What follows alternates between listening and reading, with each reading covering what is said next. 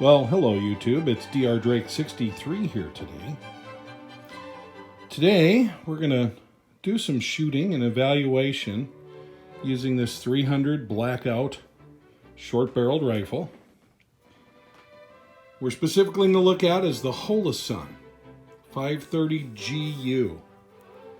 This is a dot with a circle around it. I believe it's 68 MOA. Very reminiscent of what you see with the EOTech platform in a size and configuration that's a lot more like the Aimpoint Micro series. Only a heck of a lot less expensive. As you can see, I've got this set up to co-witness lower 1/3 with my sights. So I don't know how well I can actually get that with this camera. Maybe turn it a little bit. And I don't have it cranked up, but the sights line up on the lower 1/3 of this reticle so that you have 2/3 of which to deal with looking at a sight that is a holographic image and not iron sights. I am not a big fan of backup sights that flip down and are made out of plastic. I've owned them, I've used them. My preference is not where I can, and this allows me not to do that. So today we're going to shoot this guy. We're going to talk about it in pretty good detail. I'll point you to some references where this thing stacks up favorably to microdots that cost literally $600 more, and from what I can tell don't perform any better, and they don't have that nice circle aiming point that I like. So I'm going to take this to the range and talk about it. Thanks for watching my YouTube channel. Let's have some fun.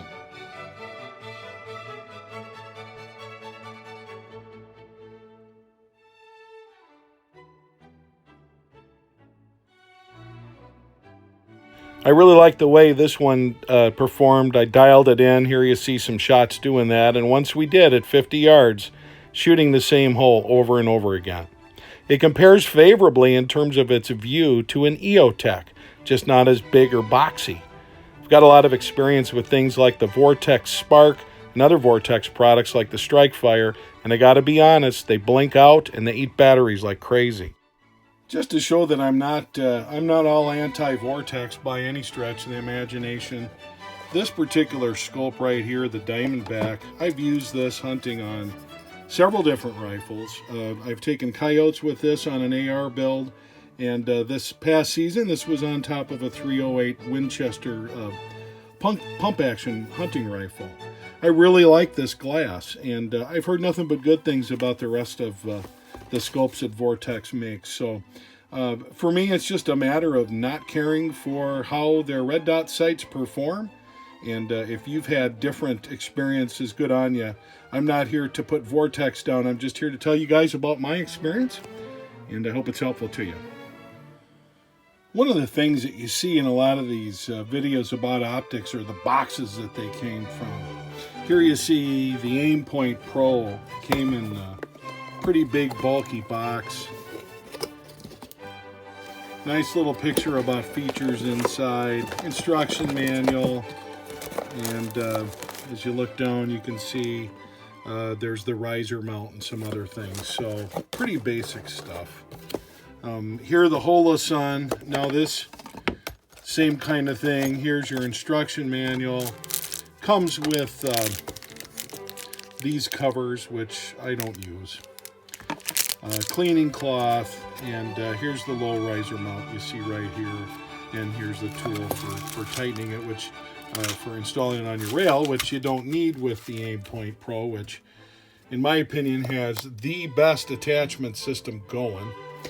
But anyway, a lot of it is made of the boxes, and I've noticed that the SIG, for example, has a really cool box. Well, so what? Stuff goes on top of my Optic, and then I'm done.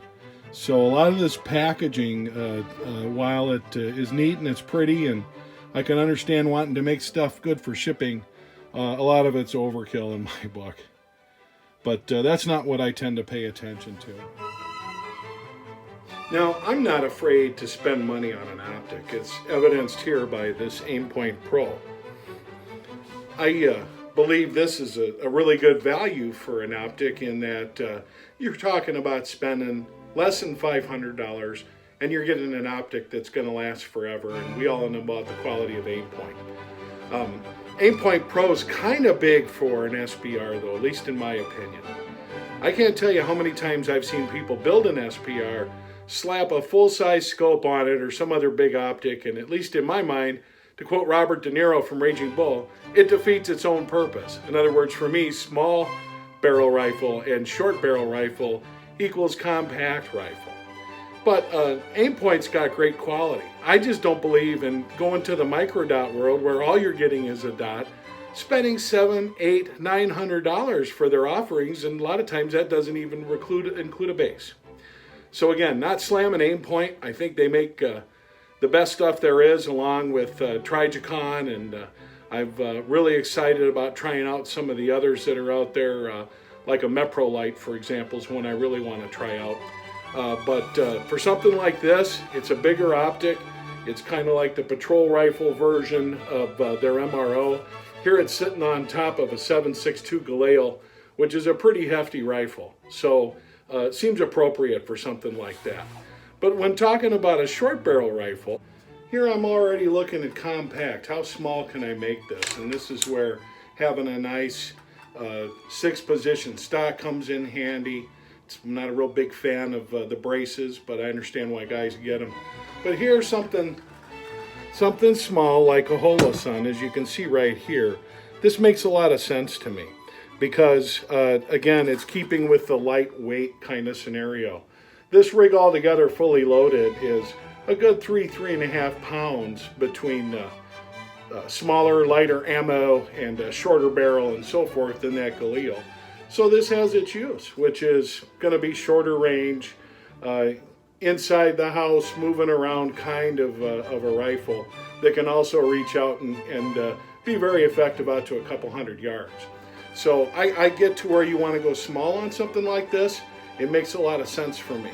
What doesn't make a lot of sense for me though is all I'm getting is a dot, and I'm going to spend $800 or $900 on that when I can get a perfectly good Aimpoint that does the exact same thing with a larger reticle, and now we're talking about getting that for less than $5. So, you know, shout out. I'm sure there's guys that want to spend the money on that to have that name on there. That's just too much. That's where I draw the line. For $241 or so, it's kind of hard to beat an optic like this, and it does a few things that an Aimpoint can't. In particular, you get the EOTech-like circle with a dot, which at least for me is so helpful in acquiring your target quickly and getting that dot on center and producing results which, well, look kind of like this from 50 yards. Shooting the same hole over and over again with decent quality ammo. Isn't that the whole point? I'm not going to put down Aimpoint one iota because it's a great optic, but when it comes to the minis and the micros, I think $900, like I said, is just too much. Here's some options that might work for you, and I hope that they might work for you too. I'll let you know how this does over time. This is Dr. Drake 63 saying thanks for watching and support the NRA.